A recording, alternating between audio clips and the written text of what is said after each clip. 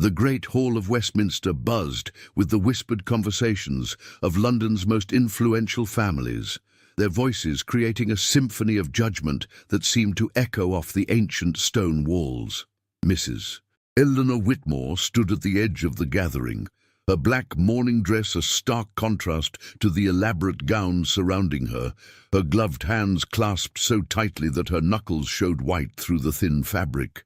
She had come to witness the reading of her late husband's will, as was required by law, though she suspected the outcome would leave her with little more than the clothes on her back. What she had not expected was the sea of hostile faces that turned toward her as the solicitor began to speak, or the way conversations stopped mid-sentence when her name was mentioned in connection with accusations that could destroy what remained of her reputation.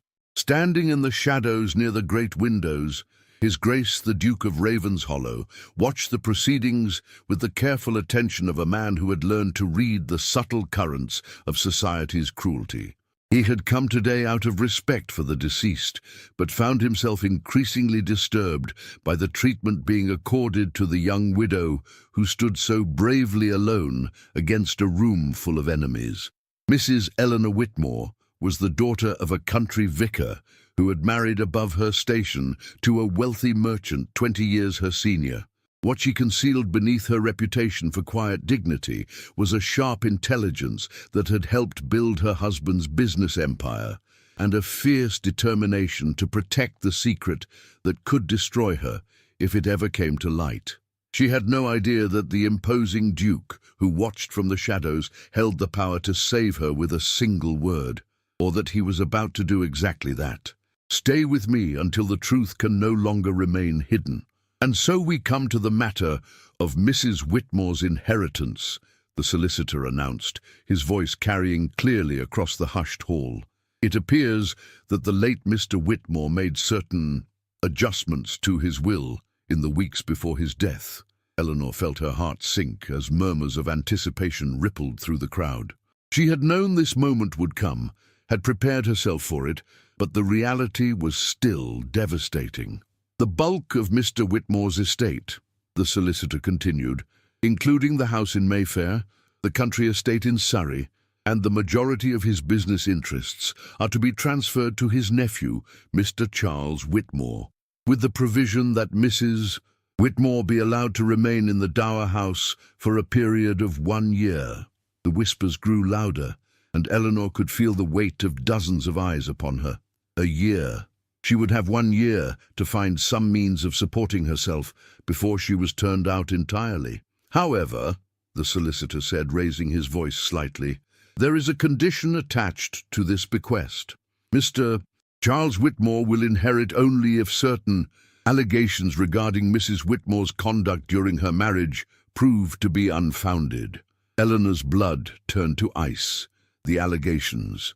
Someone had told Charles about the letters, about the secret she had guarded so carefully.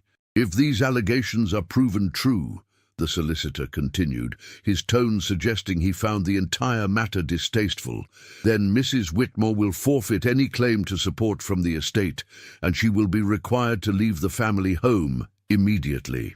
The hall erupted in excited whispers.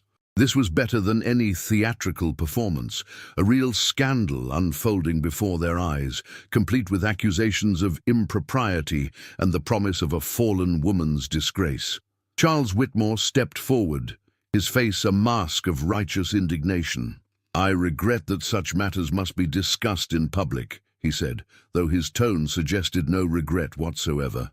But I have evidence that my late uncle's wife conducted an improper correspondence with another man during the final months of his illness. Letters that suggest intimate relations outside the bounds of marriage. The gasps that echoed through the hall were like physical blows to Eleanor. She stood frozen, unable to speak, unable to defend herself against accusations that were both true and completely misunderstood. These letters, Charles continued, producing a bundle of papers from his coat, detail secret meetings, passionate declarations, and promises of a future together once my uncle was no longer an impediment to their happiness. Eleanor closed her eyes, remembering those letters, remembering the desperate loneliness that had driven her to seek comfort in correspondence with a man who had understood her isolation. But the letters told only part of the story, and without context, they painted her as an adulteress who had betrayed her dying husband. "Mrs. Whitmore," the solicitor said formally, "do you wish to respond to these allegations?" Eleanor opened her mouth to speak, but no words came. How could she explain the truth without revealing secrets that would destroy more than just herself? How could she make them understand that the letters, while emotionally intimate, had never led to physical betrayal? The silence stretched on, and she could feel the crowd's judgment settling around her like a shroud. They had already decided her guilt, had already written the story of her disgrace in their minds. It was then that a voice cut through the whispers like a blade through silk. "I believe there has been some misunderstanding."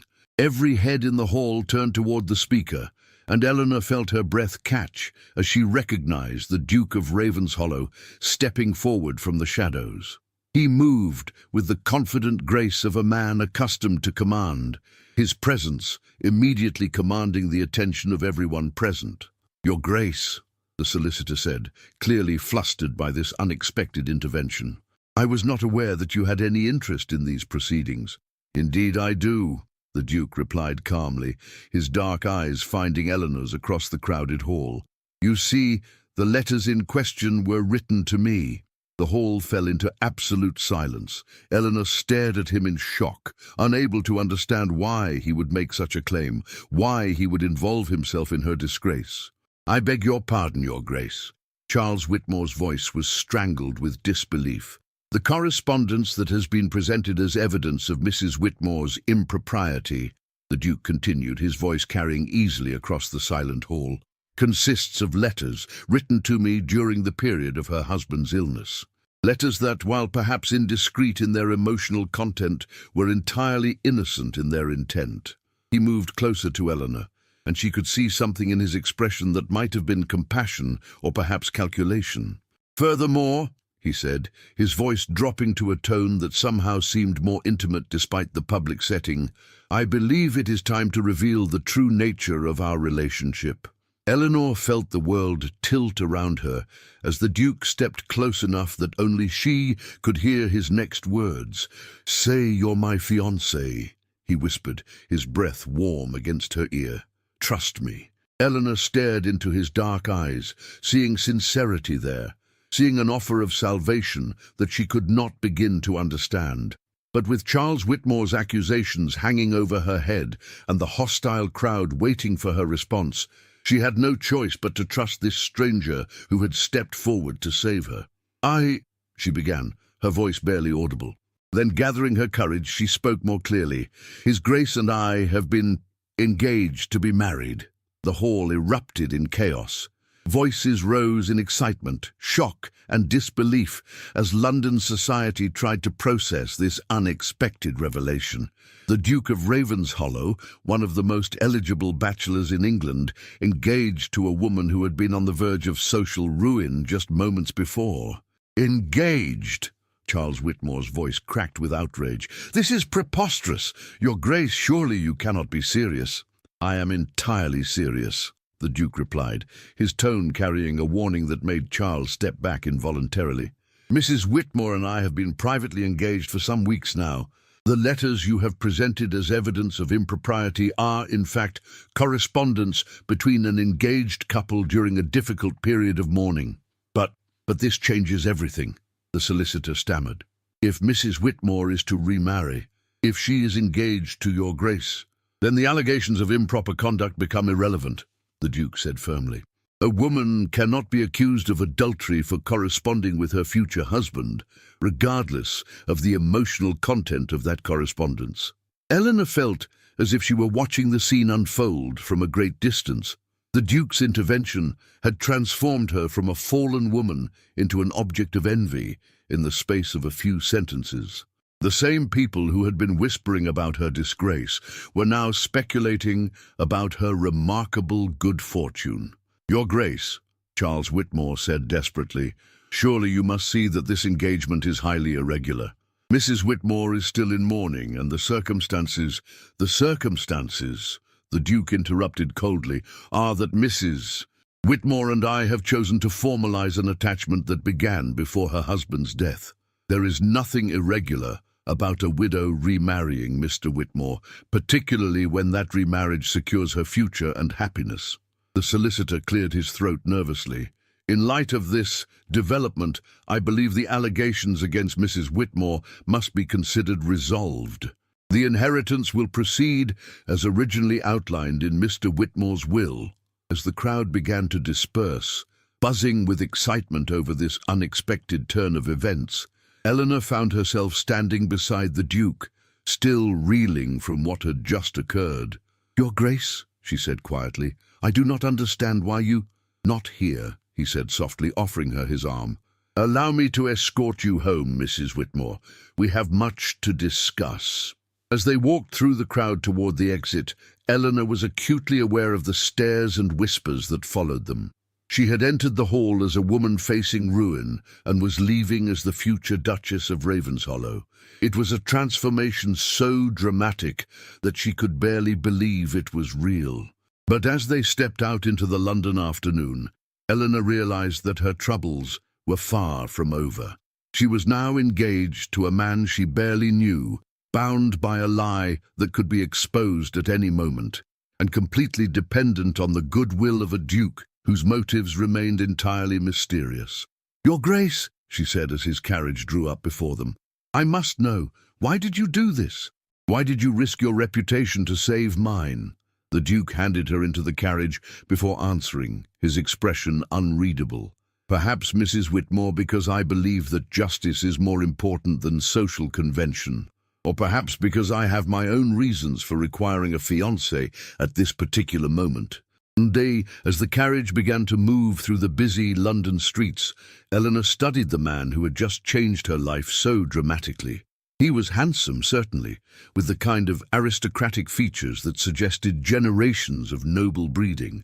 But there was something in his eyes, something that spoke of hidden depths and carefully guarded secrets. "What reasons?" she asked quietly. "All in good time," the Duke replied. "For now, it is enough that we have solved your immediate problem. The question is what we do next." "What we do next?"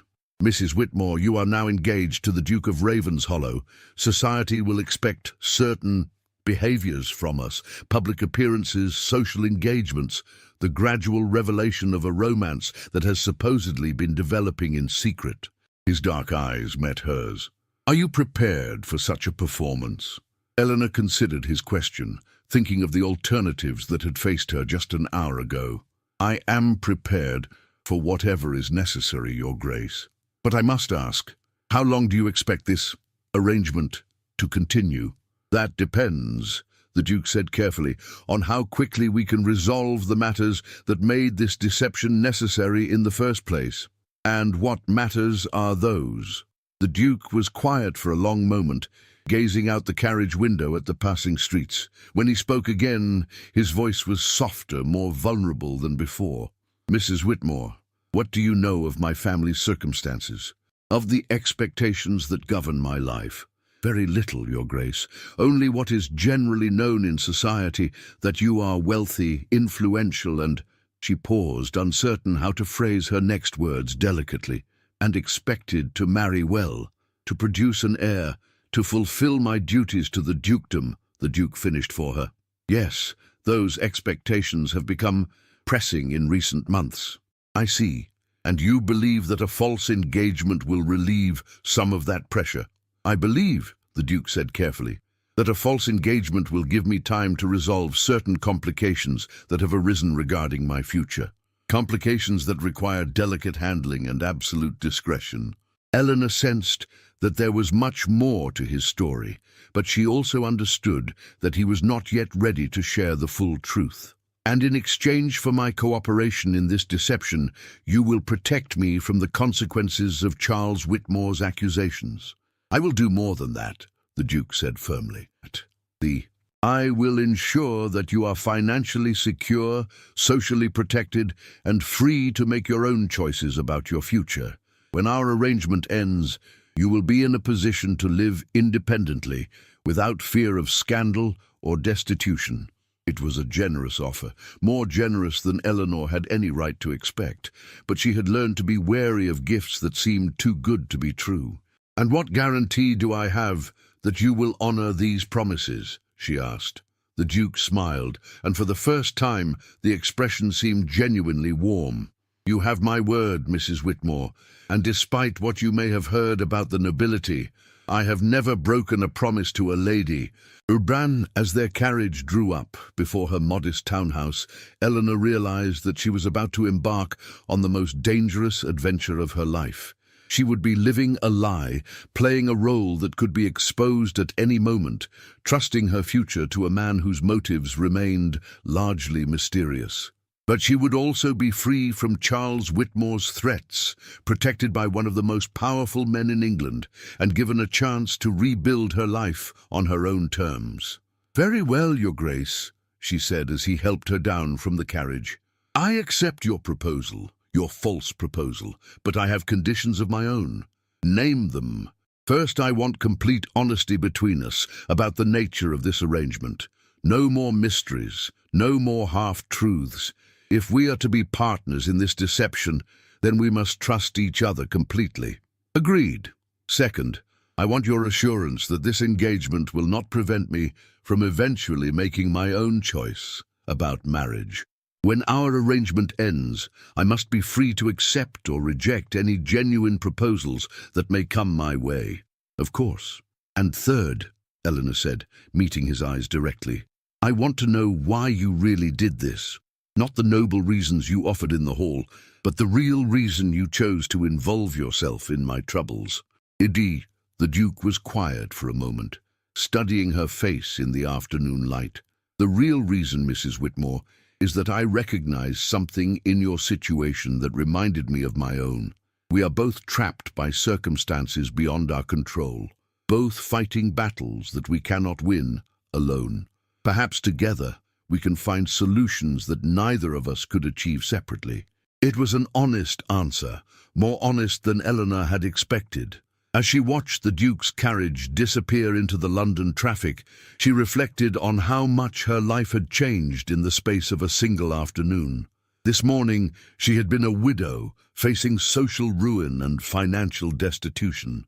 Tonight, she was the fiancée of a duke, protected by his name and position, but bound by a deception that could destroy them both if it were ever exposed.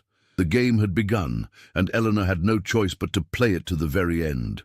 The next morning brought a flood of visitors to Eleanor's modest townhouse, all eager to congratulate her on her remarkable engagement and to satisfy their curiosity about this unexpected romance.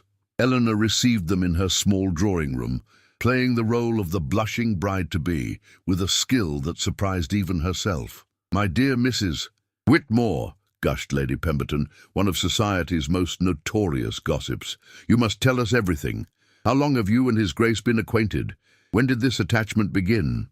Eleanor had spent the sleepless night preparing for such questions, crafting a story that would satisfy curiosity without inviting too much scrutiny. "His Grace and I met several months ago at a charity event for war widows," she said, which was true. They had been introduced briefly at such an event, though they had exchanged no more than polite pleasantries. "We discovered a shared interest in literature and philosophy."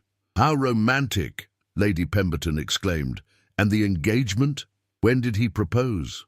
"Recently," Eleanor said carefully. "We had been corresponding during my husband's illness, and after the period of mourning." She allowed her voice to trail off, suggesting emotions too deep for public discussion.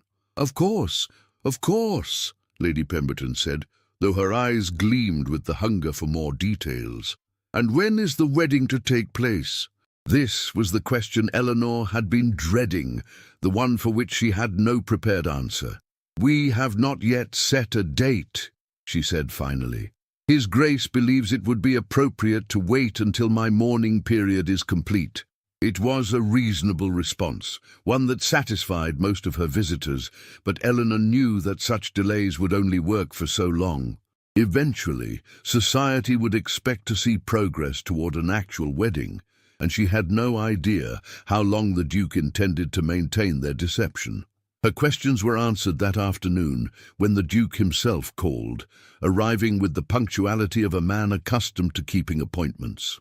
Eleanor received him in her drawing room, acutely aware of how modest her surroundings must appear to someone accustomed to ducal grandeur. "Your Grace," she said, rising to curtsy as he entered. "How kind of you to call." "Mrs. Whitmore," he replied with a bow that was perfectly correct, but somehow seemed to carry an undertone of warmth. "I trust you slept well after yesterday's excitement?"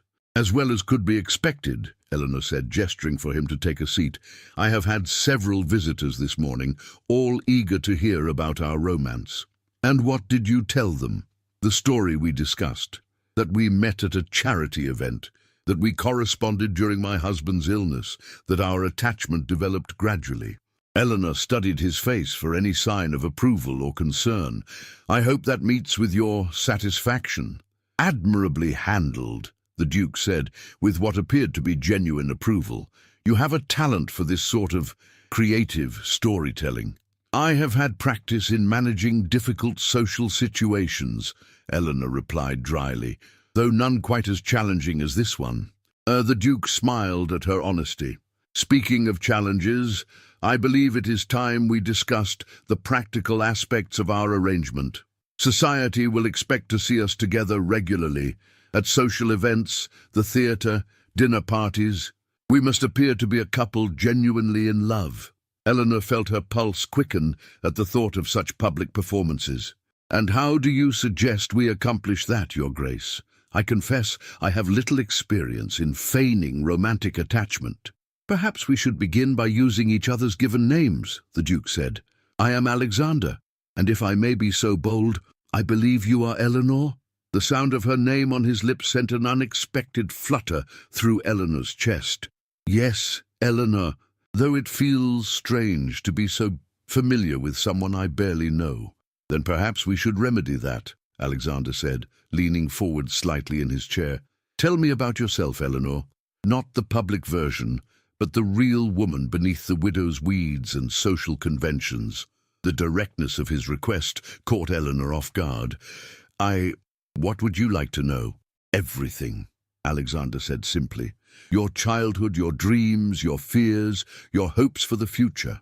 If we are to convince society that we are in love, we must know each other well enough to make that performance believable."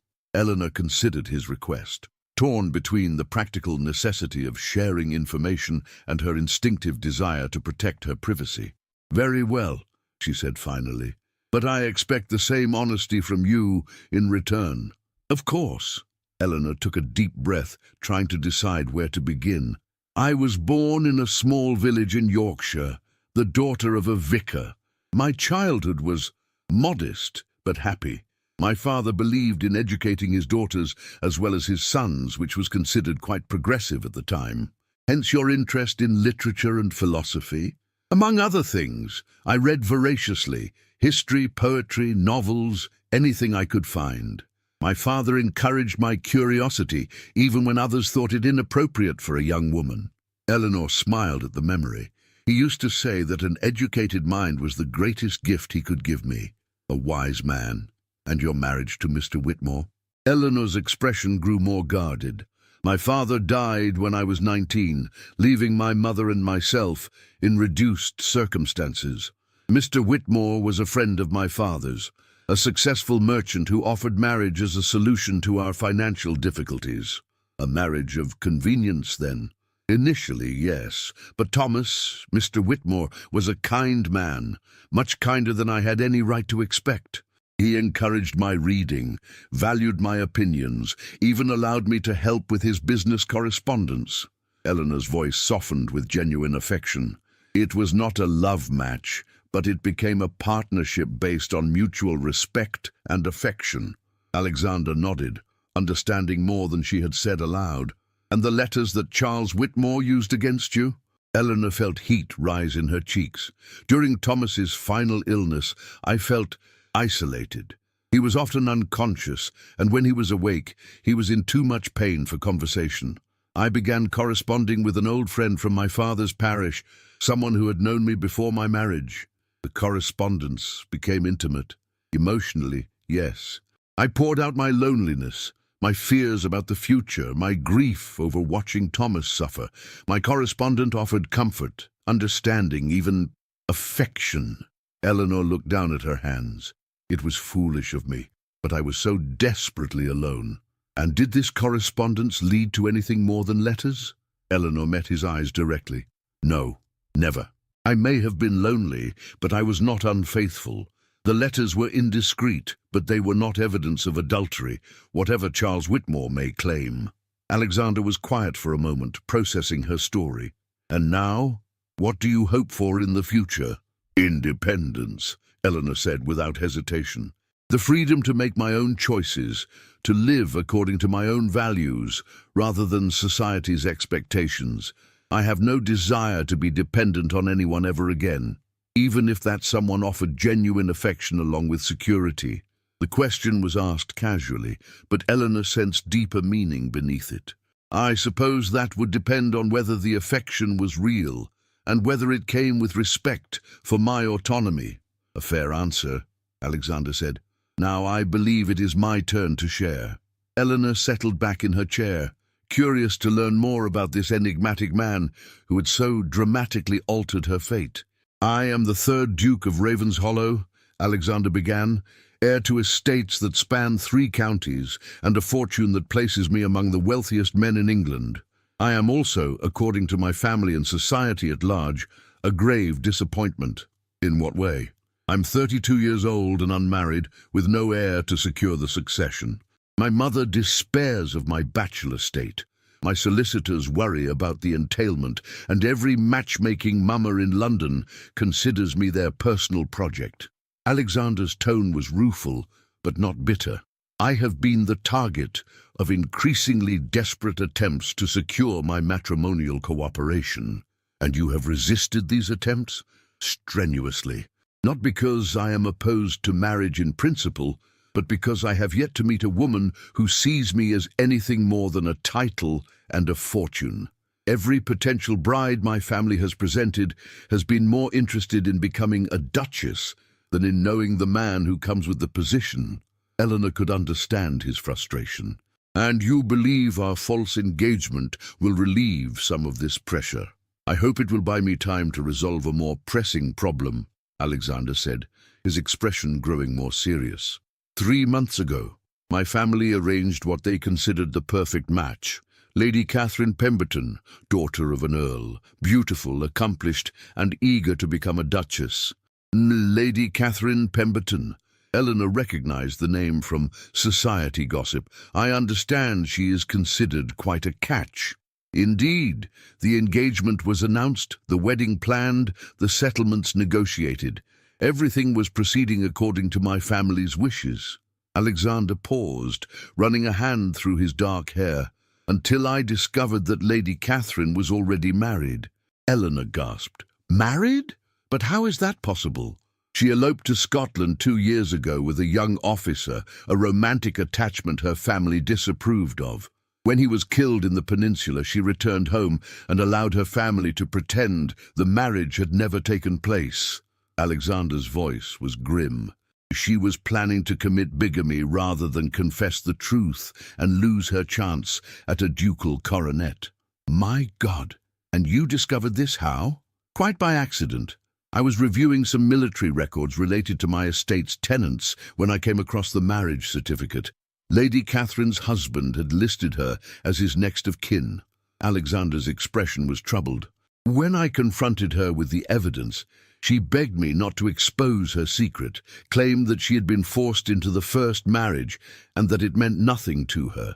But legally, she was still married when she agreed to wed you. Exactly, which would have made our marriage invalid and any children we might have had illegitimate. The scandal would have destroyed not just her reputation, but mine as well, and potentially the succession itself. Eleanor was beginning to understand the complexity of his situation. So you broke the engagement? I tried to. But Lady Catherine's family has significant political influence, and they have made it clear that they will not accept the dissolution of the engagement without a very public explanation. They are threatening to ruin my reputation if I do not proceed with the wedding. And you cannot reveal the truth about her first marriage without destroying her completely. Precisely. Despite her deception, I have no desire to see her hanged for bigamy or transported for fraud. But neither can I marry a woman who is already married to someone else. Alexander met Eleanor's eyes, hence my need for a fiancé who can provide me with an honorable way out of an impossible situation. Eleanor was quiet for a moment, absorbing the full implications of what he had told her. So our engagement serves a dual purpose. It protects me from Charles Whitmore's accusations and provides you with an escape from an unwanted marriage. In essence, yes, though I hope it may prove beneficial to both of us in ways we have not yet considered. At this moment, would you have told the truth? Before Eleanor could ask what he meant by that cryptic comment, they were interrupted by the arrival of her maid with tea. As they observed the social ritual of afternoon refreshment, Eleanor found herself studying Alexander more closely. He was undeniably handsome, with the kind of classical features that suggested good breeding. But there was something more appealing about his intelligence, his obvious integrity in refusing to expose Lady Catherine despite her deception. "Alexander," she said when they were alone again, "what happens when Lady Catherine's family discovers our engagement? Surely they will not simply accept your defection without a fight. They will undoubtedly be displeased," Alexander admitted, "but they can hardly force me to marry their daughter when I am already engaged to someone else. The worst they can do is spread rumors about my fickleness or your unsuitability. And you believe your position is strong enough to weather such attacks? I believe that a duke who is genuinely in love is a more sympathetic figure than a duke who breaks an engagement for no apparent reason," Alexander said with a slight smile. "Society loves a romance, Eleanor. If we can convince them that our attachment is real, they will forgive us almost anything. And how long do you estimate this performance will need to continue?" Alexander was quiet for a moment, considering. "Long enough for the scandal of my broken engagement to fade, for Lady Catherine's family to find another target for their ambitions, and for you to establish your independence securely. Perhaps 6 months? A year at most?" It seemed like an eternity to Eleanor, but she also recognized that it was a small price to pay for the security and protection he was offering. "And at the end of that time, we will discover that we are incompatible, that our engagement was a mistake, born of mutual loneliness and grief. We will part amicably, and you will be free to pursue whatever future you choose." Alexander's expression grew more serious. "I give you my word, Eleanor, that you will be better off at the end of this arrangement than you are now. And you, what will you do when our engagement ends?" "I will face the marriage question again, but from a position of strength rather than desperation. Perhaps by then I will have found a woman who values the man as much as the title." Alexander's smile was rueful. "Or perhaps I will resign myself to bachelorhood and allow the title to pass to my cousin." Eleanor found herself oddly disturbed by the thought of Alexander remaining unmarried, though she could not quite say why. "That seems a waste," she said carefully. "Does it? Why?" "Because you are clearly a man of honor and intelligence, someone who would make a good husband to the right woman. It would be a pity if society's mercenary approach to marriage prevented you from finding genuine happiness." Alexander's expression grew thoughtful. "And what of you, Eleanor? Do you hope to find genuine happiness in marriage someday?" I do not know," Eleanor admitted. "My first marriage taught me that partnership and respect can grow into deep affection, but I have never experienced the kind of passionate love that poets write about. I am not certain I am capable of such feelings." "Perhaps you simply have not met the right person," Alexander suggested gently. "Perhaps," Eleanor agreed, though she found herself wondering if the right person might be closer than she had imagined. As Alexander prepared to take his leave, he paused at the drawing-room door. "Eleanor, there is one more thing we should discuss. Society will expect to see evidence of our attachment, Small gestures of affection, intimate conversations, the kind of behavior that suggests genuine feeling between us. Eleanor felt her pulse quicken. What sort of behavior? Nothing improper, Alexander assured her quickly, but we may need to touch occasionally. Take my arm, allow me to kiss your hand, perhaps even dance together at social events. Are you comfortable with such displays? The thought of Alexander's hands on hers, of dancing in his arms, sent an unexpected flutter through Eleanor's chest. Yes, I believe I can manage such things. Good, because our first public appearance together will be tomorrow evening at Lady Morrison's soiree. All of London society will be watching to see how we behave together. After Alexander left, Eleanor sat alone in her drawing room, trying to process everything that had happened in the past 24 hours. She had agreed to a false engagement with a man she barely knew, committed herself to a performance that could last for months, and found herself strangely attracted to her supposed fiancé despite the artificial nature of their relationship. But as she considered the alternatives, social ruin, financial destitution, complete dependence on Charles Whitmore's mercy, she knew she had made the right choice. Alexander had offered her protection, security, and the promise of eventual independence. If she had to play the role of a woman in love to secure those benefits, then she would give the performance of her lifetime. The only danger, she realized as she prepared for bed that night, was that the performance might become all too real. Lady Morrison's soiree was one of the most anticipated events of the London season, attended by everyone who mattered in society, and several who merely wished they did.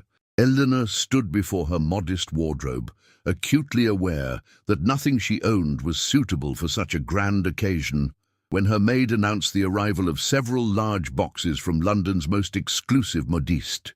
"From His Grace," the maid explained, her eyes wide with excitement, "with a note saying that he hopes you will find something suitable for this evening." Eleanor opened the boxes with trembling fingers, gasping at the exquisite gowns within. There was a dinner dress of midnight blue silk that would complement her dark hair perfectly, an evening gown of rose-colored satin that made her skin glow, and a ball gown of ivory silk embroidered with silver thread that was fit for a duchess. The note tucked among the tissue paper was brief but thoughtful. "Eleanor, I took the liberty of asking my sister for advice regarding your measurements and preferences.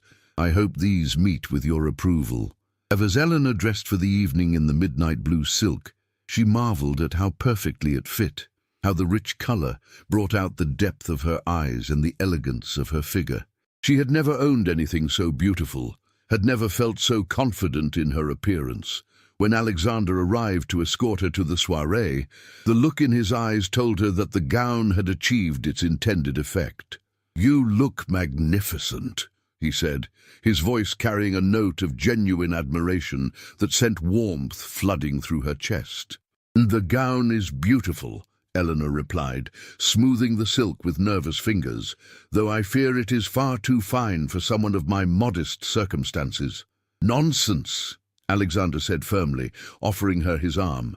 "You are engaged to a duke, Eleanor. Society expects you to dress the part, and I have both the means and the desire to ensure that you do so appropriately." As their carriage rolled through the London streets toward Lady Morrison's mansion, Eleanor tried to calm her nerves. "Alexander, what if someone asks questions we cannot answer? What if they notice inconsistencies in our story?" "Then we will handle the situation together," Alexander replied calmly. "Remember, we have been corresponding for months, getting to know each other through letters. That explains any gaps in our knowledge of each other's daily habits or preferences. And if Lady Catherine is there, if her family confronts us?" Alexander's expression grew more serious. "Lady Catherine will almost certainly be present, and her family will undoubtedly be watching our every move. We must be particularly convincing tonight, Eleanor. The success of our entire arrangement may depend on how well we perform this evening." Lady Morrison's mansion blazed with light, its windows glowing like jewels against the dark London sky. As their carriage joined the line of elegant vehicles depositing guests at the front entrance, Eleanor felt her anxiety spike. In a few moments, she would be walking into a room full of people who knew her as a widow of modest means, and she would have to convince them that she was worthy of becoming a duchess.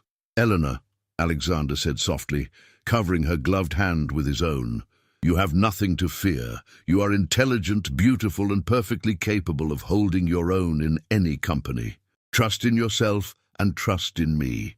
The warmth of his touch, the sincerity in his voice, steadied Eleanor's nerves. She had faced worse challenges than a room full of gossiping aristocrats, and she would not let fear defeat her now. Their entrance into Lady Morrison's ballroom created exactly the sensation Alexander had predicted. Conversation stopped mid-sentence as heads turned to watch the Duke of Ravenshollow escort his mysterious fiancée into the glittering assembly. Eleanor felt the weight of dozens of eyes upon her, assessing her appearance, her bearing, her worthiness to stand beside one of England's most eligible bachelors. Ravenshollow. Lady Morrison herself approached them, her face bright with curiosity. "How delightful to see you, and this must be the famous Mrs. Whitmore we have all been hearing about." "Indeed," Alexander replied smoothly. "Lady Morrison, may I present my fiancée, Mrs. Eleanor Whitmore. Eleanor, our hostess, Lady Morrison." Eleanor curtsied gracefully, grateful for the years of training her mother had insisted upon, despite their modest circumstances. "Lady Morrison, thank you so much for including me in your invitation. Your home is magnificent." "How kind of you to say so," Lady Morrison replied, though her eyes were busy cataloguing every detail of Eleanor's appearance. "I must say, Mrs. Whitmore, you look absolutely radiant this evening. That gown is exquisite." "His Grace has excellent taste," Eleanor replied, allowing her eyes to meet Alexander's with what she hoped looked like genuine affection. "Indeed he does," Lady Morrison agreed with a meaningful look. "Now you simply must meet everyone. The entire ton is dying to make your acquaintance." What followed was a whirlwind of introductions, each more challenging than the last. Eleanor found herself subjected to polite but probing questions about her background, her family, her relationship with Alexander. She answered with the careful mixture of honesty and discretion they had rehearsed, all while maintaining the demeanor of a woman genuinely in love. "Mrs. Whitmore," said Lady Pemberton, appearing at Eleanor's elbow with the predatory smile of a woman scenting scandal. "How fascinating that you and Ravenshollow should have found each other during such a difficult period in your life. Tell me, when did you first realize that your feelings had developed beyond mere friendship?" It was a trap, Eleanor realized, designed to catch her in an inconsistency or force her to reveal more than she intended. But Alexander stepped smoothly into the conversation before she could respond. "I believe I was the first to recognize the depth of my feelings," he said, his voice carrying just the right note of masculine confidence. Eleanor was still grieving her husband, still uncertain about her future. It took considerable patience on my part to convince her that she deserved happiness again. He looked at Eleanor as he spoke, and there was something in his expression that made her breath catch. For a moment she could almost believe that his words were genuine, that he truly had courted her with patient devotion. "How romantic," Lady Pemberton said, though her tone suggested she found the story suspiciously convenient. "And when did you accept his proposal, Mrs. Whitmore?" "Recently," Eleanor replied, allowing a slight blush to colour her cheeks. "I confess I was overwhelmed by his Grace's persistence. He can be quite persuasive when he sets his mind to something." "Indeed he can," came a new voice, and Eleanor turned to see a strikingly beautiful young woman approaching their group. Lady Catherine Pemberton was everything Eleanor had expected.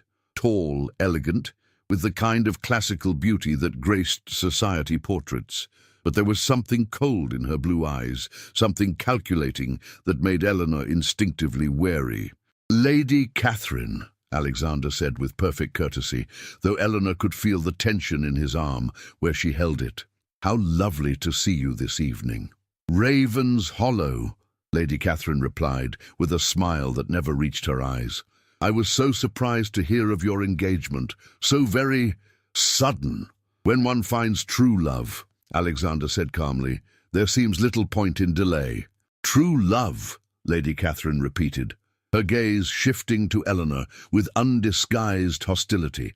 "How fortunate for you both, though I confess myself curious about the timing. Was this attachment not rather precipitous, given Mrs. Whitmore's recent bereavement?" The challenge was clear, and Eleanor felt her temper rise at the other woman's barely concealed insinuation. "Grief, Lady Catherine, does not follow society's timetable. When one has experienced loss, one learns to value happiness when it is offered." "How philosophical," Lady Catherine said with a laugh that sounded like breaking glass. "Though I wonder if you truly understand what you are taking on. Being a duchess requires more than philosophical wisdom, you know. It requires breeding, connections, an understanding of one's position in society." "Catherine," Alexander said, his voice carrying a warning that made several nearby conversations pause. "Oh, I mean no offense," Lady Catherine said quickly, though her eyes glittered with malice. "I simply think Mrs. Whitmore should understand the challenges she will face. Society can be quite unforgiving of those who attempt to rise above their station." Eleanor felt the insult like a physical blow, but before she could respond, Alexander stepped forward, his presence suddenly radiating the kind of controlled power that reminded everyone present exactly who they were dealing with. "Lady Catherine," he said quietly, "I believe you have misunderstood something fundamental about my choice of bride.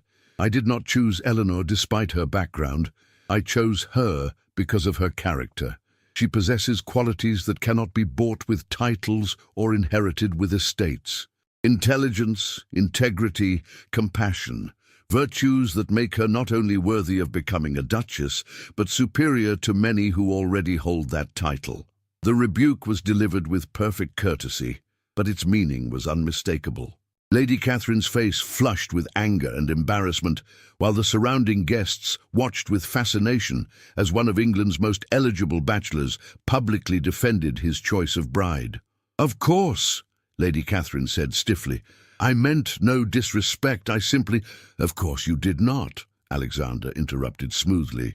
"Now, if you will excuse us, I believe the dancing is about to begin, and I have promised Eleanor the first waltz." As he led Eleanor onto the dance floor, she could feel the eyes of the entire assembly upon them. The orchestra struck up the opening notes of a waltz, and Alexander's arm came around her waist with a confidence that suggested he was an accomplished dancer. "Are you all right?" he asked quietly as they began to move together. Catherine's comments were unconscionably rude. "I am fine," Eleanor replied, though she was still shaking with anger and humiliation. "Though I begin to understand why you were reluctant to marry her. She is quite formidable." "She is desperate," Alexander corrected. "Desperate people do desperate things, and Catherine has just realized that her plans for a ducal coronet have been permanently thwarted." As they moved together across the dance floor, Eleanor became acutely aware of Alexander's physical presence, the strength of his arm around her waist, the warmth of his hand holding hers, the way he guided her through the steps with effortless grace. She had danced before, of course, but never with a partner who made her feel so graceful, so feminine, so utterly protected. "You dance beautifully," Alexander said softly, his breath warm against her ear. "As do you," Eleanor replied, surprised by how breathless she sounded. "I had not expected, that is, I did not realize you were so accomplished." "There are many things you do not yet know about me," Alexander said, his dark eyes meeting hers, "just as there are many things I have yet to discover about you." There was something in his tone, something in the way he looked at her, that made Eleanor's pulse quicken. For a moment, she forgot that they were performing for an audience, forgot that their engagement was a carefully constructed lie.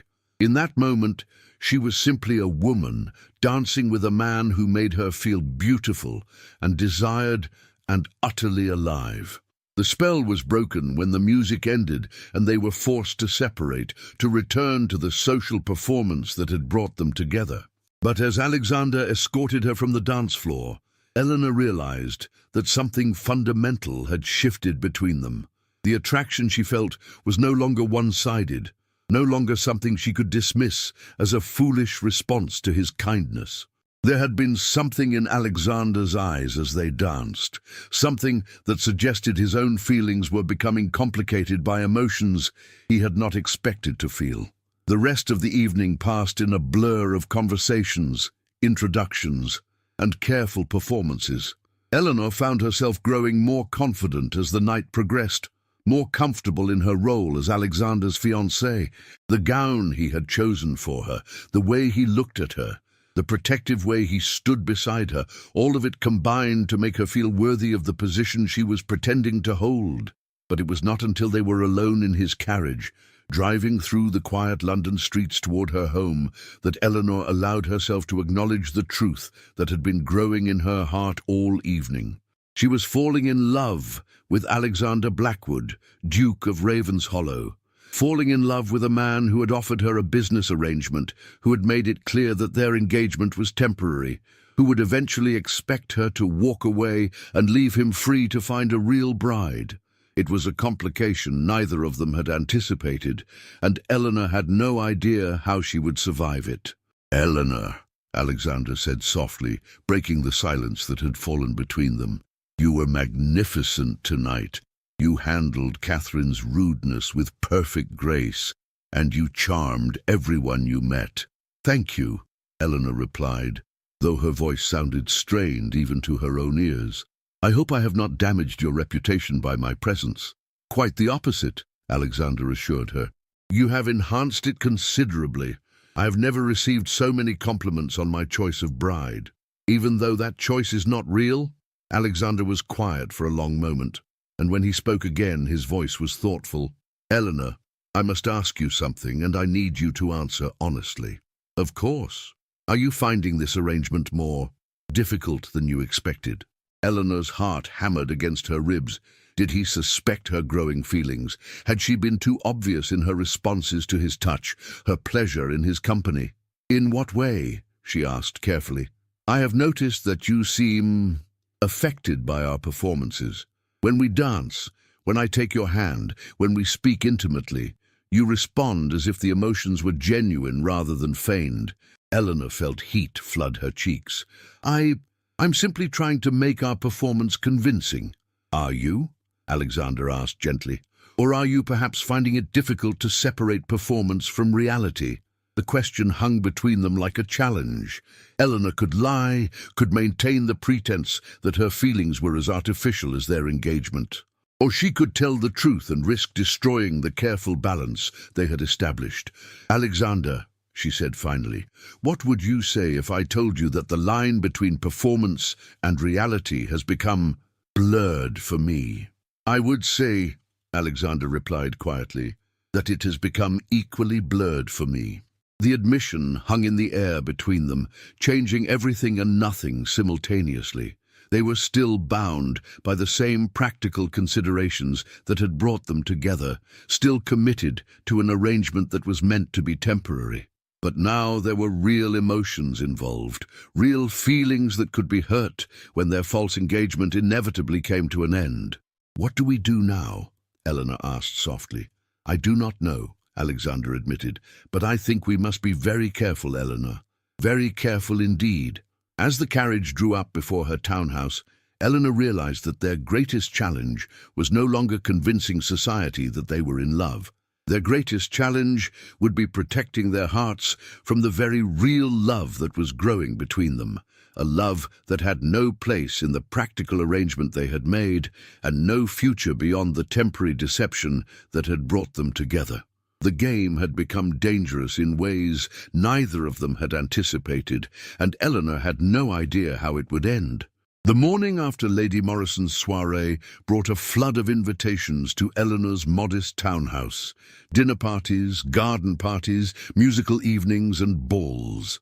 London society had embraced the romantic story of the Duke and his widow, and everyone wanted to be part of their fairy tale. Eleanor sat at her small writing desk, trying to respond to the invitations while her mind remained fixed on the conversation she had shared with Alexander in his carriage. The admission that their feelings had become real had changed everything. Yet they were still bound by the practical necessities that had created their arrangement in the first place. She was interrupted by the arrival of Alexander himself, who was shown into her drawing room with the familiarity of an accepted suitor. But there was something different in his manner this morning, a tension that had not been there the night before. "Eleanor," he said without preamble, "we have a problem." Eleanor felt her heart sink. What sort of problem? Alexander moved to the window, gazing out at the street with the air of a man expecting trouble. "I received a visit this morning from Lord Pemberton, Lady Catherine's father. He is displeased by recent developments. I imagine he would be. His daughter's engagement to you was quite advantageous to his family." "More advantageous than I realized," Alexander said grimly. "It seems that Lord Pemberton has been using the expectation of our marriage to secure loans against his estates, significant loans that he cannot repay if the marriage does not take place." Eleanor felt a chill of foreboding. How significant? Enough to ruin him completely if they are called in, and the creditors are already asking questions about the security of their investments. Alexander turned back to face her, his expression troubled. "Pemberton is desperate, Eleanor, desperate enough to do anything to force me back into an engagement with his daughter." "What can he do? You are already engaged to me." "He can expose the truth about our arrangement," Alexander said quietly. "He has been investigating our supposed courtship, looking for inconsistencies in our story. And he has found some." Eleanor's blood turned cold. "What sort of inconsistencies?" "He knows that we barely spoke before your husband's funeral. He has witnesses who can testify that we were never seen together during the period when we were supposedly conducting our secret courtship. He also knows that the letters Charles Whitmore presented as evidence of your impropriety were not written to me." "How could he know that?" "Because he has seen the actual letters, Eleanor. Charles Whitmore is his nephew, and they have been working together to discredit both of us." Alexander's voice was grim. "They plan to expose our false engagement publicly, to prove that I am a liar and you are an adulteress. The scandal would destroy us both." Eleanor sank into the nearest chair, overwhelmed by the scope of the trap that was closing around them. "When?" "Tomorrow night, at the Duchess of Marlborough's ball. Pemberton plans to make his accusations in front of the entire ton, with Charles Whitmore present to provide evidence of your supposed infidelity. And there is nothing we can do to stop them." Alexander was quiet for a long moment, his expression thoughtful. "There is one thing we could do," he said finally, "something that would make their accusations irrelevant." "What?" We could make our engagement real," Alexander said quietly. "We could marry Eleanor, immediately." Eleanor stared at him, her mind reeling. "Marry?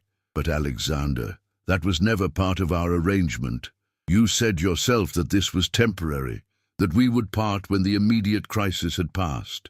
"I know what I said," Alexander replied, moving to kneel beside her chair. "But circumstances have changed, Eleanor. Our feelings have changed. What began as a practical arrangement has become something deeper, something real." "Has it?" Eleanor asked, her voice barely above a whisper. "Or are you simply proposing another practical solution to an impossible situation?" Alexander took her hands in his dark eyes searching her face. "Eleanor, what I feel for you is not practical. It is not convenient. It is not what I planned or expected. But it is real as anything I have ever experienced." "And what exactly do you feel for me?" Eleanor asked, needing to hear the words, needing to understand what he was truly offering. "I love you," Alexander said simply. "I love your intelligence, your courage, your refusal to be diminished by circumstances beyond your control. I love the way you challenge me, the way you make me want to be better than I am. I love the woman you are, not the title you might carry or the convenience you might provide." Eleanor felt tears gather in her eyes at the sincerity in his voice, at the vulnerability she saw in his expression. "Alexander, I know this is not what we agreed upon," he continued. "I know I am asking you to change the terms of our arrangement completely. But Eleanor, I cannot bear the thought of losing you. Not to scandal, not to practical considerations, and not to the artificial constraints we placed on our relationship. And if I say yes, if I agree to marry you for real, what then? What happens when the novelty wears off, when you remember that I am not the Duchess your family expected you to choose?" Alexander's hands tightened on hers. "Then we will face those challenges together as husband and wife, as partners in truth as well as name. Eleanor, I do not want a Duchess chosen by my family or society.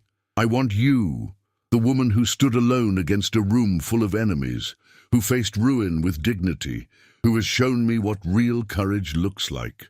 Eleanor studied his face, seeing sincerity there, seeing love that seemed too good to be true. And what of Lady Catherine?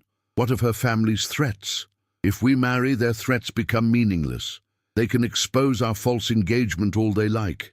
It will only prove that we fell genuinely in love and chose to formalize our attachment. Society loves a romance, Eleanor. They will forgive us anything if they believe we married for love. And do you believe that we would be marrying for love? I know that I would be, Alexander said firmly. The question is whether you could learn to love me in return, whether you could be happy as my wife rather than merely my temporary fiancée. Eleanor looked into his eyes, seeing hope there, seeing fear that she might reject him. The truth was that she had already fallen in love with him, had been fighting those feelings since their first waltz. But the practical part of her mind, the part that had learned to be cautious through years of disappointment, still harbored doubts.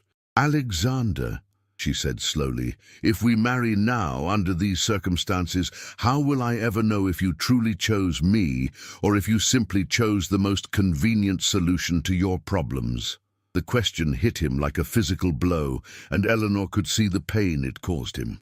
"Because," he said quietly, "I'm offering you a choice, Eleanor. I am not demanding that you save me from scandal or solve my family's expectations. I am asking you to marry me because I love you and cannot imagine my life without you. But the timing is unfortunate, I grant you. But Eleanor, when would the timing ever be perfect? When would there ever be a moment free from external pressures and practical considerations?" Alexander's voice grew more urgent. "We could wait months, years even, and there would always be something. My family's expectations, society's opinions, financial considerations. At some point, we must choose to trust in what we feel rather than what is convenient." Eleanor was quiet for a long moment, weighing his words against her fears. "And if I say no? If I choose to end our arrangement and face the scandal alone?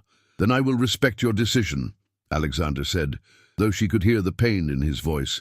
"I will do everything in my power to protect you from the consequences, but I will not force you into a marriage you do not want, even if it means facing Lord Pemberton's accusations yourself.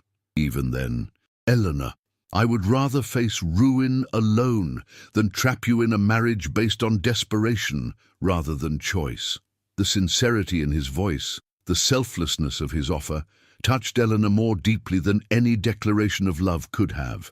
Here was a man willing to sacrifice his own reputation to preserve her freedom of choice, willing to face scandal rather than coerce her into marriage. "Alexander," she said softly, "there is something I must tell you, something that might change your mind about wanting to marry me."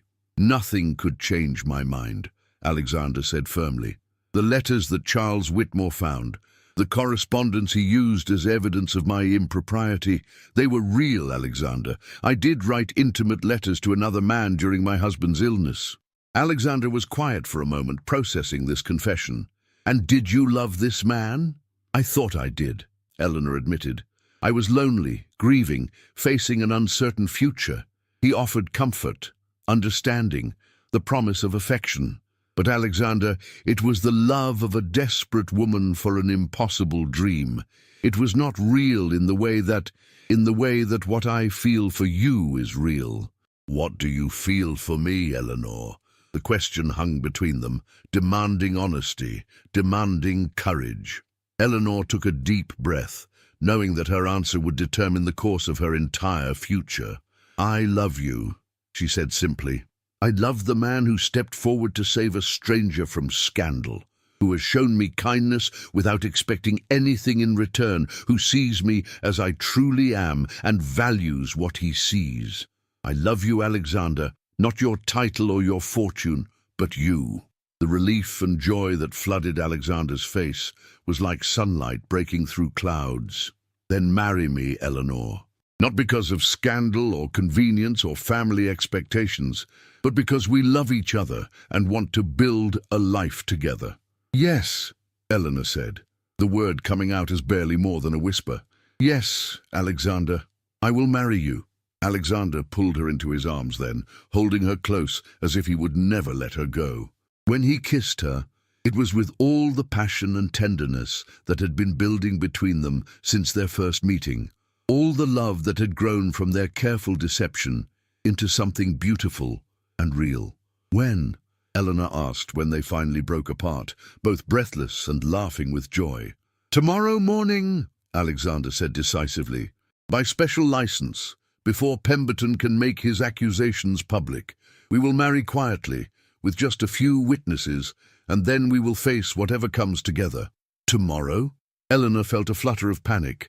But Alexander, that is so soon. What about your family? What about the proper arrangements? My family will adjust, Alexander said firmly. As for proper arrangements, Eleanor, we've been living an improper arrangement for weeks now. I think we can dispense with convention in favor of happiness. Eleanor laughed despite her nervousness. I suppose you are right, but what will we tell people? How will we explain the sudden haste? We will tell them the truth, that we could not bear to wait any longer, that love had overcome our desire for a grand ceremony. Society will find it romantic rather than scandalous. And Lord Pemberton? What will he do when he discovers that his accusations are too late? Alexander's expression grew more serious. He will be furious, but he will be powerless. Once we are married, his threats become meaningless. He may try to spread rumors about our courtship, but married love covers a multitude of social sins. Eleanor nodded, trying to absorb the magnitude of what they were planning. In less than 24 hours, she would be married to the Duke of Ravenshollow, bound to him not by convenience or necessity, but by love and choice. Alexander, she said suddenly, what about Lady Catherine? Have you told her that your engagement to me is real? I will write to her this afternoon, Alexander replied. She deserves to know the truth, and she deserves the chance to make her own plans for the future. Will she be all right? I mean, if her first marriage becomes public knowledge. Catherine is resourceful, Alexander said thoughtfully, and now that she no longer needs to hide her past to secure a ducal marriage, she may find that honesty serves her better than deception. There are men who would value her experience and independence rather than condemn her for it. Eleanor hoped he was right. Despite Lady Catherine's hostility, she could not help but feel sympathy for a woman trapped by society's expectations and her own desperate choices. The rest of the day passed in a whirlwind of preparation. Alexander departed to secure the special license and make arrangements for the ceremony, while Eleanor tried to prepare herself mentally and emotionally for the step she was about to take. That evening, as she sat alone in her drawing room, Eleanor reflected on how much her life had changed since that terrible day in Westminster Hall. She had entered that room as a widow facing ruin, and tomorrow she would wake up as a duchess, married to a man who loved her for herself rather than her connections or her compliance. It was more than she had ever dared to dream, and yet it felt as natural as breathing. A soft knock at the door interrupted her thoughts, and her maid entered with a small package. "From His Grace, ma'am," the maid said with a knowing smile. "He said you were to open it immediately." Inside the package, Eleanor found a small velvet box containing the most beautiful ring she had ever seen. A sapphire surrounded by diamonds that caught the lamplight like captured stars. Beneath it was a note in Alexander's distinctive handwriting. "My dearest Eleanor, this ring belonged to my grandmother, a woman who married for love rather than duty and found great happiness in her choice. I hope it will bring you the same joy it brought her and serve as a reminder that love is always worth the risk. Until tomorrow, when I can call you my wife." Alexander Eleanor slipped the ring onto her finger, marveling at how perfectly it fit, how right it felt to wear Alexander's grandmother's ring. Tomorrow she would stand beside him and promise to love, honor and cherish him for the rest of her life, promises she was eager to make and determined to keep. The next morning dawned bright and clear, as if the weather itself was blessing their union. Eleanor dressed carefully in a gown of ivory silk, not a wedding dress exactly, but something beautiful enough to mark the occasion. She had no family to attend her, no bridesmaids to fuss over her appearance, but she felt more beautiful and more confident than she ever had in her life. The ceremony took place in the private chapel at Ravenshollow House, with only Alexander's sister, Lady Margaret, and his closest friend, Lord Westbrook, as witnesses.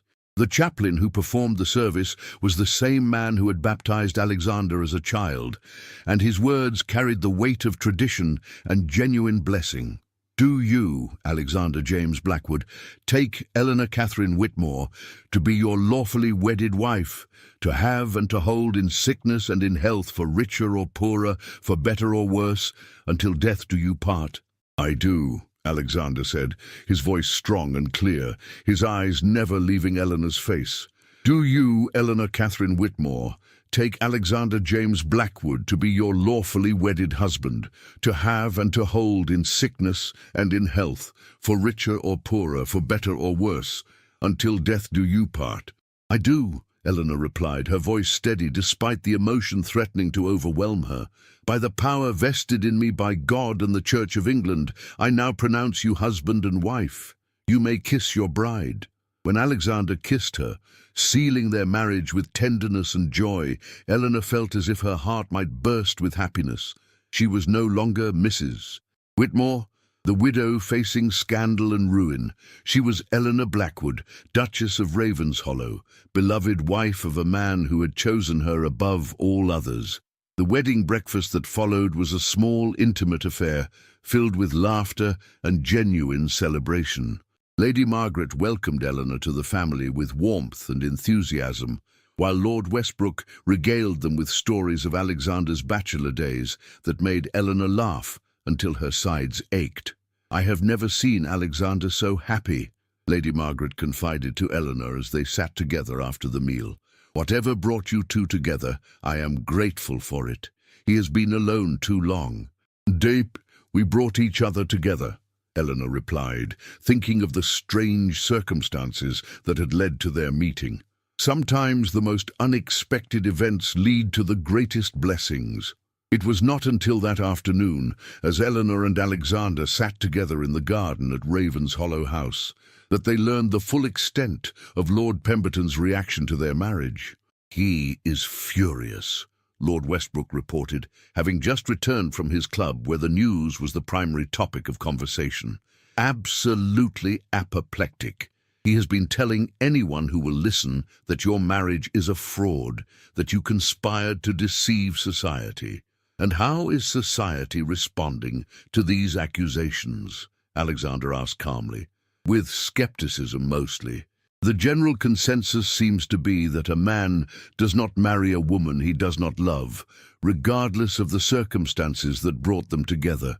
Your obvious happiness together has convinced most people that whatever your courtship may have lacked in convention, your marriage is based on genuine affection." Eleanor felt a wave of relief. "And Lady Catherine, how is she handling the situation?" "With surprising grace, actually," Lord Westbrook replied. "She has announced that she is withdrawing from society for a period of mourning. Apparently, she has just discovered that her first husband, who she thought was dead, is actually alive and returning from the peninsula." Eleanor and Alexander exchanged glances. It was a clever solution to Lady Catherine's dilemma, allowing her to acknowledge her first marriage without admitting to attempted bigamy. "So she will be reunited with her original husband?" Eleanor asked. "It appears so, and from what I hear, she is quite pleased about it. Apparently love conquered duty in her case as well." As the afternoon wore on and the reality of their marriage began to settle in, Eleanor found herself marveling at how naturally she and Alexander fell into the rhythm of married life. They talked easily about everything and nothing, shared comfortable silences, and discovered small compatibilities that boded well for their future happiness. "Do you have any regrets?" Alexander asked as they walked together through the rose garden, where they had shared their first real conversation as an engaged couple. "Only one," Eleanor replied with a mischievous smile. "I regret that we wasted so much time pretending our feelings were not real. Think of all the kisses we missed, all the honest conversations we could have had." Alexander laughed, pulling her into his arms. "Then we shall have to make up for lost time, my dear wife." "Indeed we shall, my dear husband." As the sun set over Ravenshollow House, painting the sky in shades of rose and gold, Eleanor reflected on the journey that had brought her to this moment. She had begun as a woman trapped by circumstances, facing a future of dependence and disgrace. She was ending as a woman who had chosen her own destiny and found it better than anything she could have imagined. The Duke, who had stepped forward to save her with a whispered request, had become the husband who would stand beside her for the rest of their lives. What had begun as a desperate deception had blossomed into a love story that would be told and retold throughout London society for years to come. But more than that, Eleanor had discovered something she had never expected to find: a true partnership, a meeting of minds and hearts that promised a lifetime of happiness, challenge, and growth. "What are you thinking about?" Alexander asked, noticing her thoughtful expression. "About fairy tales," Eleanor replied, "about how sometimes the most impossible dreams come true in the most unexpected ways." "And do you believe in happy endings, Your Grace?" Eleanor smiled at the title, at the way it sounded in Alexander's voice, at the promise of all the tomorrows they would share. "I believe in love," she said simply. "And I believe that love is the beginning of the best stories, not the end." As they walked back toward the house together, hand in hand, Eleanor knew that their story was just beginning. There would be challenges ahead, adjustments to make, a life to build together. But they would face it all as partners, as equals, as two people who had found in each other everything they had never known they were looking for. The young widow who had stood alone at a ceremony that threatened to destroy her had found her Duke, her protector, her love. And the Duke who had stepped forward to save a stranger had found his Duchess, his equal, his heart's desire. It was, Eleanor thought, as Alexander's arms tightened around her, the perfect beginning to their perfectly imperfect, wonderfully real love story. 1 year later, the gardens at Ravenshollow House were in full bloom, their carefully tended beds a riot of colour and fragrance that drew visitors from across the county. Eleanor walked among the roses with her infant daughter in her arms, marvelling at how much her life had changed since that desperate day when Alexander had whispered his request for salvation. "She has your eyes," Alexander said, joining them in the garden with the easy familiarity of a man completely comfortable in his role as husband and father. "And your stubborn chin," Eleanor replied with a laugh, adjusting little Catherine's blanket against the morning breeze. "I fear she will be quite formidable when she grows up." "Good," Alexander said firmly, dropping a kiss on both his wife's head and his daughter's. "The world needs more formidable women. Look what one accomplished for me." Eleanor smiled at the compliment, though her attention was caught by a familiar figure approaching through the garden paths. Lady Catherine, now Mrs. Morrison again, having been joyfully reunited with her soldier husband, walked toward them with a confidence that had been notably absent during her days as a desperate debutante. Your Grace, Catherine said with a curtsy that was perfectly correct, but notably warmer than their previous interactions. I hope you will forgive my calling without invitation, but James and I are leaving for his new posting in India tomorrow, and I wanted to thank you both before we departed." "Thank us?" Eleanor asked, genuinely puzzled. "For showing me that honesty is more valuable than ambition," Catherine replied with a rueful smile. "When your marriage forced me to abandon my plans for a ducal coronet, I thought my life was over. Instead, I discovered that my first marriage, the one I had been so desperate to hide, was the best thing that ever happened to me." "And your husband? How did he react to learning about your adventures during his absence?" Catherine's smile became radiant. "He said that if I could survive London society's marriage market, I could certainly handle anything India might throw at us. We are very happy, Your Grace, happier than I ever imagined possible." As Catherine took her leave, promising to write from India, Eleanor reflected on how many lives had been changed by that single moment of desperate inspiration in Westminster Hall. Not just her own and Alexander's, but Catherine's as well. And even Lord Pemberton's, who had been forced to economize drastically but had reportedly found unexpected happiness in a simpler life. "Do you ever wonder what would have happened if you had not stepped forward that day?" Eleanor asked Alexander as they continued their walk. "Never," Alexander replied without hesitation, "because I cannot imagine any other outcome leading to such perfect happiness. Every choice, every risk, every moment of uncertainty, it all led to this. To you, to our daughter, to the life we have built together. Even the deception, even the lies we told, especially those," Alexander said with a smile, "because they taught us that sometimes the most honest thing you can do is admit that you are pretending. We pretended to be in love until we discovered we actually were. We pretended to be engaged until we realized we wanted to be married. We pretended to be happy until we found genuine joy." Eleanor laughed at his logic, but she could not argue with his conclusion. Their marriage had indeed brought them happiness beyond anything either had imagined possible. Alexander had proven to be not just a loving husband, but a true partner, involving her in the management of his estates, valuing her opinions, supporting her charitable work with war widows and orphans. "Speaking of honesty," Alexander said, his tone becoming more serious, "there is something I've been meaning to discuss with you." "What sort of something?" "I've been thinking about writing our story," Alexander said carefully. "Not for publication, of course, but for our children. A true account of how we met, how we fell in love, how we chose each other despite all the obstacles." Eleanor considered this proposal, thinking of their daughter and any future children they might have. "And you would tell them everything? About the false engagement, the deception, the practical reasons that brought us together?" "Everything," Alexander confirmed, "because I want them to understand that love is not always convenient or conventional. I want them to know that sometimes the most beautiful relationships grow from the most unlikely circumstances." "And what lesson do you hope they will learn from our story?" Alexander stopped walking, turning to face her with an expression of such love and tenderness that it took Eleanor's breath away. "I hope they will learn that courage and kindness can transform any situation, that honesty is more valuable than convenience, and that love, real love, is always worth fighting for." Eleanor felt tears gather in her eyes at the sincerity in his voice.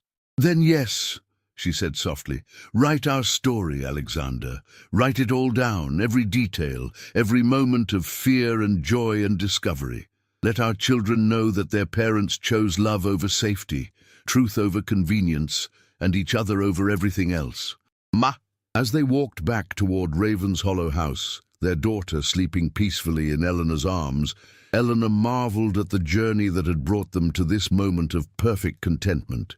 She had stood alone in Westminster Hall, facing ruin and disgrace, and a stranger had stepped forward to save her with a whispered request. Now that stranger was her husband, the father of her child, her partner in all things. The false engagement that had begun in desperation had become a true marriage built on love, respect, and genuine partnership. "Alexander," she said as they reached the house, "do you remember what you whispered to me that day in Westminster Hall?" "Say you're my fiancé," Alexander replied with a smile. 5 simple words that changed everything. "Indeed they did," Eleanor agreed, "though I think the most important word was not fiancé, but my. You claimed me as yours before you even knew if I would accept the claim." "And do you accept it?" Alexander asked, though his tone was playful rather than uncertain.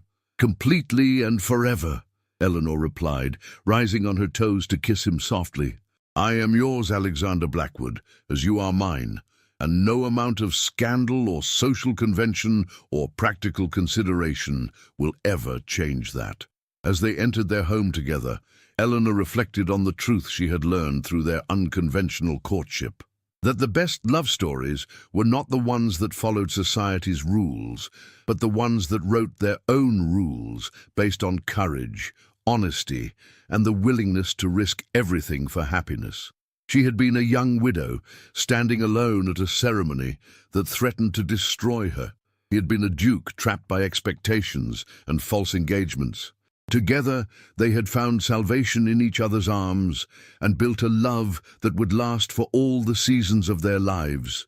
It was, Eleanor thought, as Alexander's arms tightened around her and their daughter, the most beautiful story she had ever been part of, and it was only the beginning.